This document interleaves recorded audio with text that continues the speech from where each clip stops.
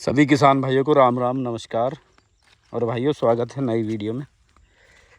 भाइयों आज की जो वीडियो होने वाली है वो हमारे इस खेत की होने वाली है जो हमने गेहूं काट के बुआई करी थी। एक अपने दर्शक भाई हैं अतुल शर्मा जी, उनका कमेंट आया था वीडियो पे पिछली वाली पे, जिसमें हमने यही सेम प्लॉट दिखाया था कि भैया गेहूं काट के जो गन्ना बोते हैं उसमें गन्ने का एवरेज कम आता है। तो इसी बात पे चर्चा रहेगी अपनी कि गेहूं काट के उत्पादन कम रहता है तो उसके लिए क्या काम हम कर सकते हैं, क्या तरीका अपना सकते हैं। ट्रेंच के लिए बात बोली थी भाई ने कि ट्रेंच में गेहूं काट के बोते हैं तो गन्ने का एवरेज कम आता है।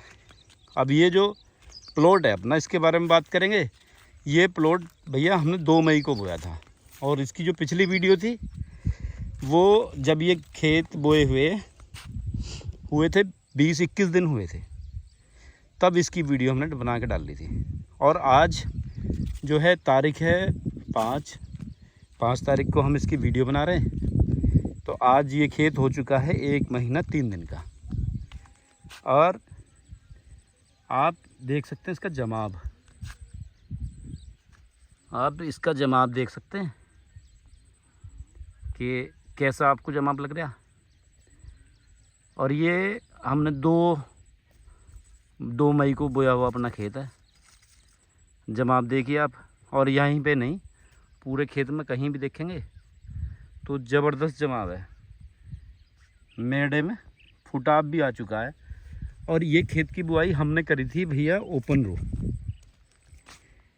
और ये देखिए भैया ब्यात यहाँ पे जो है एक निकला था बोया, और अभी मेरे सामने हैं 1 2 ये मदर शूट है 3 4 तो इसके वाटर शूट निकल चुके हैं और एक इसकी मदर शूट है, ये 5 हो चुके हैं।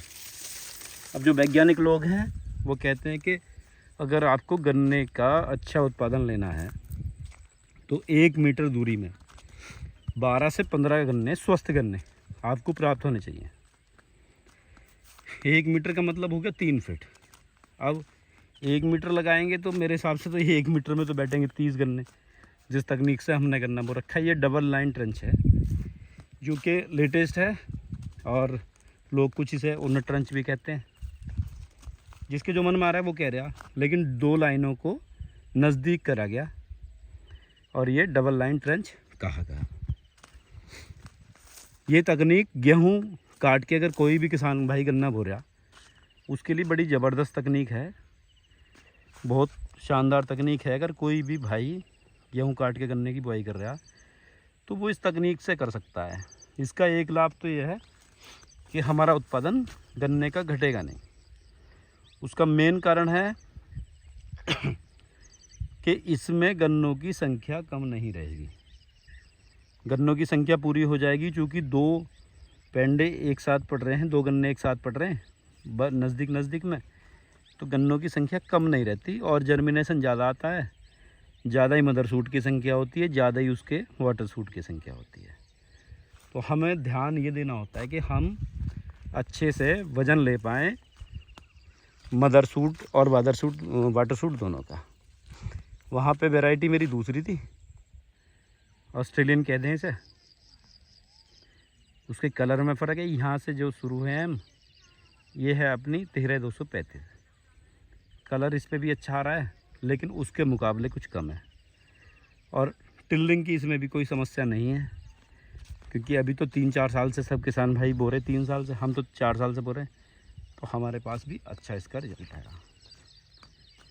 तो कहीं ना कहीं अगर हम इस विधि से गन्ना बोएं और अच्छे से इसका करें मैनेजमेंट, रख रखाव, इसका ध्यान रखें, समय से फर्टिलाइज़र दें, समय से दें पानी, तो मैं समझता हूँ कि उत्पादन में कहीं भी कमी नहीं आएगी गेहूं काट के अगर हम गन्ने की बुआई करते हैं तो। और इधर जहाँ से अभी हम आए हैं, जिस खेत के हिस्से में अब अभी आ गए, तो ये वैरायटी है COM 11082। इस वैरायटी के भी चर्चे बहुत हैं, लेकिन हमारे खेत में इसका जमाव हुआ है कम, थोड़ा सा कम हुआ है, बहुत ज़्यादा कम तो नहीं कहने के। गूल इसकी भी भर रही हैं, पर 35 के और ऑस्ट्रेलियन के मुकाबले इसमें जर्मिनेशन कम हुआ है। उसका रीज़न जो हमें लगता है वो ये है कि हमारे पास जो बीज अवेलेबल था वो था भैया मार्च की बोए हुए गन्ने का, और बीज जो स्वस्थ अच्छा रहता है वो रहता है अगर हम गेहूँ काट के बोएंगे जो 10 से 11 महीने का गन्ना है, अगर हम उसे बीज के रूप में प्रयोग करेंगे तो वो ज़्यादा बेटर है। लेकिन अभी मजबूरी बस हमारे पास अवेलेबल भी नहीं था, हमारे पास के ज़्यादातर लोगों के पास अवेलेबल है ही नहीं। 11-082 आगने वाले समय में अच्छी वैरायटी साबित भी हो सकती है। अभी तो अच्छी लग रही है, चलती भी बढ़िया है। थोड़ा सा लेट जर्मिनेशन है, लेट ही इसमें टिल्लिंग है। इसमें जहाँ पे एक जमा था वहाँ से 2 या 1 वाटर सूट इसका निकला है।